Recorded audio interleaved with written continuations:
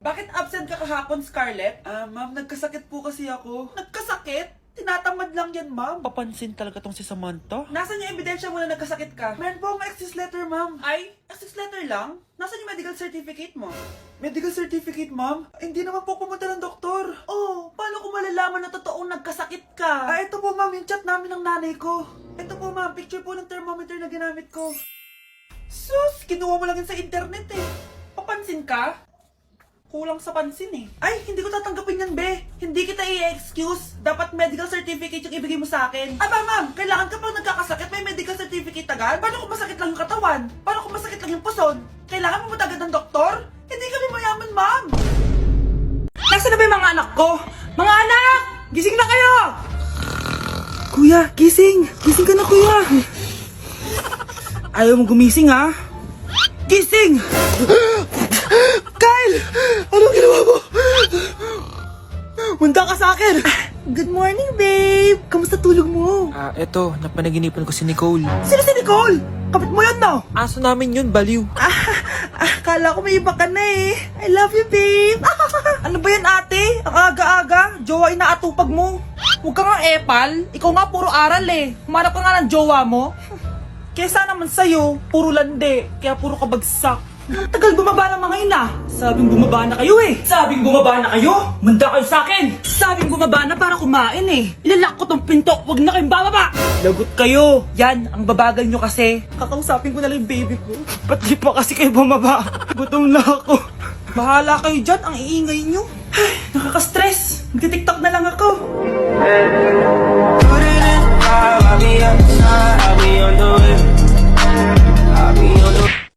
Nay, gusto ko po ng Jollibee. Sige anak, pag natulog ka, bibilan kita ng Jollibee. Gusto ko po yung fries, chicken joy, burger, tsaka spaghetti. Oo, sige anak, bibilan ko lahat yan. Matulog ka na. Sige po, Nay. Oo, ayan na, tulog na siya. Bibilin na tayo ng Jollibee. Lahat ng pinagkainan nyo, tapon nyo sa basura ha, para di niya makita. Nay, saan po kayo pupunta? Pupunta kami sa mall, anak. Sa mall? Sama po ako, Nay. Gusto mo sumama? O sige, maligo ka na para makasama ka sa amin. Sige po, Nay. Psst, bilisan nyo na habang naliligo siya. Tara na. Nay, tapos na po ako maligo.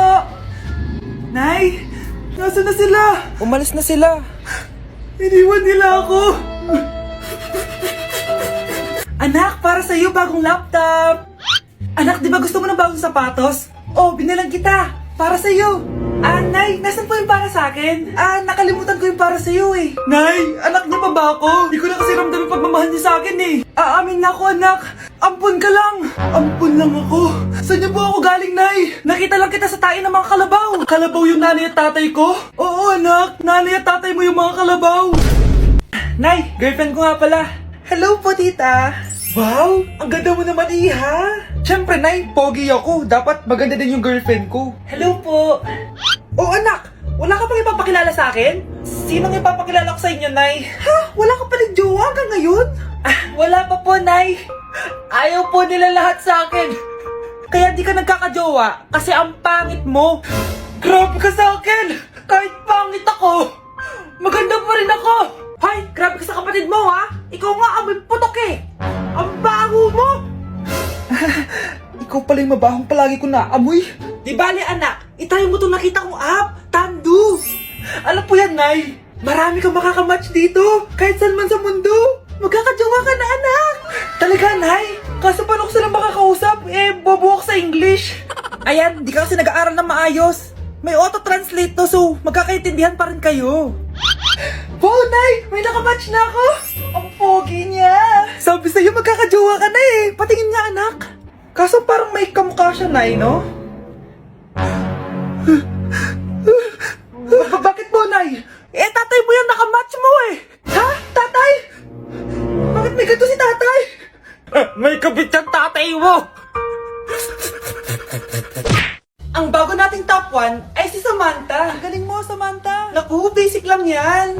Paano nangyari yun? Pasado kayong lahat, pero may isang bagsak. Si Scarlett, halatang favorite mo si Samantha. Pares lang kami ng average. Paano ako bumagsak? Di ba sinasagot mo ako? Di bagsak ka ngayon? Umanda ka sa akin. A few moments later. Class, mag-behave kayo! Nandito yung principal natin! Magandang umaga, class! Kamusta yung bago nating teacher? Gusto ko pong i-report yung teacher na yan dahil may favoritism po yan. Favoritism? Sinungaling ka, Scarlett! Mabait sa amin si ma'am! Opo ma'am! Mabait po ako sa kanila! Pantay-pantay lang po yung tingin ko sa kanila! Huwag mo na pagtakpan nanay mo, Samantha! Hala, OMG, magnanay sila. Ma'am principal, pagpasensyahan niyo na siya. Baka di niya alam yung sinasabi niya. Meron ako ebidensya dito na nagpapatunay na binigyan ng sagot ni ma'am si Samantha. At tinawag ng nanay si ma'am. Bawal to sa school natin Kayong dalawa, mag-usap tayo sa principal's office. Ma'am, magpapaliwanag po ako. Ang bago nating top 1 ay si Scarlett. Yes, Scarlett, deserve mo yan. Marami pong salamat, ma'am principal. Alam mo, buti na lang hindi mo na teacher yung nanay mo. Anong sabi mo? Hindi mo ba alam na magkapatid kayo ni Samantha? Iisa lang kayo ng nanay. Uy, be, gala naman tayo minsan. Punta tayo Tagaytay. True, be. Ang ganda ng bagong bukas na coffee shop doon. Ang sarap mag-story. Tara na, pwede ako bukas. Tara na, mga 5:30 AM kita na tayo sa bus station, Baka drawing na naman to, Matutuloy yan, be. Nakapag-alarm na nga ako, Gigising ako, promise. Masa na ba yung mga yun? 6 AM na. Alas na tong bus papuntang Tagaytay, Puro kayo drawing, Teka lang. Ano ba yun? Ano ba yan, be? Bakit ka tumatawag? Ano na, be? 6 AM na. Akala mo pupunta na Tagaytay. Hindi ako pinayagan, Sorry, be. Hindi ka pinayagan o tinatamad ka lang? Baka gusto mo sabihin ko sa nanay mo na 3 subject yung bagsak mo. Ito na nga, be. Maliligo na ako. Wait mo lang ako, Ay, yung isa pa. Hello, be. Hindi ako makakapunta. May sakit ako. Sakit. Lalong lalala yung sakit mo, be, kapag nalaman ng nanay mo na boyfriend mo yung anak ng kaaway niya. Ay, be, magaling na pala ako. Nakakalakad na ako. 5 minutes nandyan na ako, Madali lang pala kayong kausap, Let's go, Tagaytay! Hoy, Mare, pinagkakarat mo daw na buntis anak ko? Totoo naman, Tignan mo nga yung tiyan niya, alaki. Basta, hindi buntis anak ko. Ba't di natin siya tanongin, Mare? Anak, halika dito. Yes, Nay? Buntis ka ba? Hindi po, Nay. Bakit ang laki ng tiyan mo? Bloated lang po ako, Nay. Uminom po kasi ako ng sobris kanina. Bloated lang pala Pinagsasabi mo dyan. Bahala ka kung ayaw mo maniwala. Sumasakit tiyan ko. Ayan na, mga anak na. Anak, napapano ka?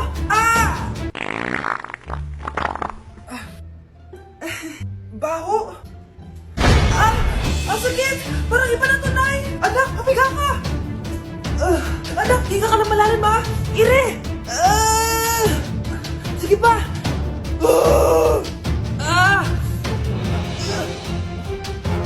Baby! Sorry, Nay. Tinago ko sa'yo na buntis ako. Okay lang, anak. Pero sinong tatay nito? Ang tatay ng anak ko ay ang anak ni tita. Anak mo pala may gawa nito? Asa na yun? Ikaw, magbigay ka na sustento para sa anak nyo. Sige po, magbibigay po ako ng 5. 5,000? 5 pesos? Wala na po kasi yung pera At dahil 5 pesos ang binigay ng tatay mo, lollipop mo ng dedean mo, Nay, kasama ko si Cheska, yung best friend ko. Ang ganda naman yung best friend mo, anak. Kumain na kayo dito. Ay, hindi na, Nay. Busog pa kami, di ba? Opo, tita. Sige. Pasok na kami sa kwarto, Nay, Tara na. Tagal na natin di nagkita, bes. Oo nga pero syempre, best friend pa din tayo. Basta, walang iwanan Oo naman, walang iwanan. Hanggang sa kabilang buhay pa yan. Lusyo, bata pa tayo. Matagal pa yan. Manood na nga tayo. Sige, kunin ko lang ang mga chichirya natin. Mare! Mars, ang ginagawa mo dito? Nandiyan ba si Scarlett?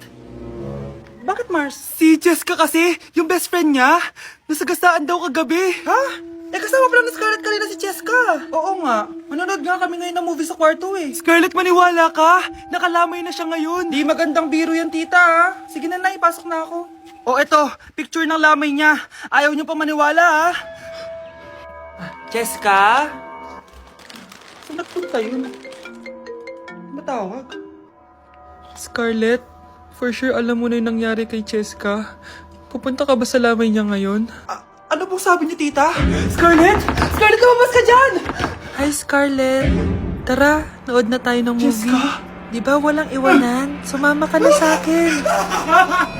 Kapag pinirmahan mo to, akin na lahat ng mga kayamanan mo. Pirmahan mo na. Tita, wala naman ako field trip Hindi pa ba sinasabi ng teacher niyo na may field trip kayo? Anak, okay lang. Pipirmahan ko na to para makasali ka sa field trip niyo. Walang iya ka talaga, Rosa. Wala ka talagang titira sa akin, ha? Manda ka talaga sa akin. Mabilis ka talagang utuin, Susan. Salamat, Mare. Ramon, napapirma ko na siya. Atin na ang bahay, pera at mga ari-arian niya. Magaling ka talaga, Rosa. Kaso kailangan na natin kumilos na mabilis. Kasi sabi ng doktor, nagre-recover na yung mata niya. Ano? Kaya bukas na bukas din, papalayasin na natin sila. Total, nakuha na natin ang gusto natin. Nay, bakit mo pinirmahan yun, ha? Maliban natin kung ano nilalaman ng papel na yun. Huwag kang mag-alala, anak.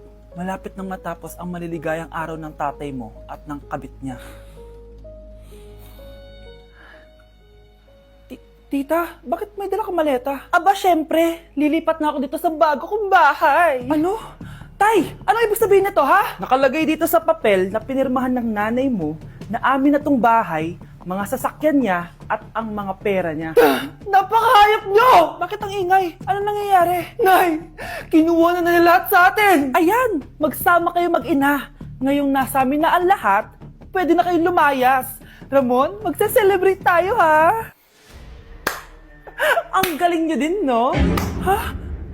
Nakakakita ka? Bago kayo mag-celebrate, i-check nyo muna kung pirma ko ba talaga yung nakalagay dyan. Hindi pwede to! Tay! Attorney! Kita mo naman kung ano ginawa na tong dalawang to, di ba? At nandito na rin ang ebidensya na magpapatunay na naghaharutan sila sa loob ng bahay ko. Anong gagawin nyo sa amin, ha? Mahal, huwag mo naman gawin sa amin to, please, oh. Magbabago ako, please. Oh, eh! Sorry kung natatapakan kayo pagka-love team nyo, ha? Arestuhin nyo na yung mga yan. Mag-celebrate kayo sa kulungan. Kayong dalawa, sumama na kayo sa akin sa presinto.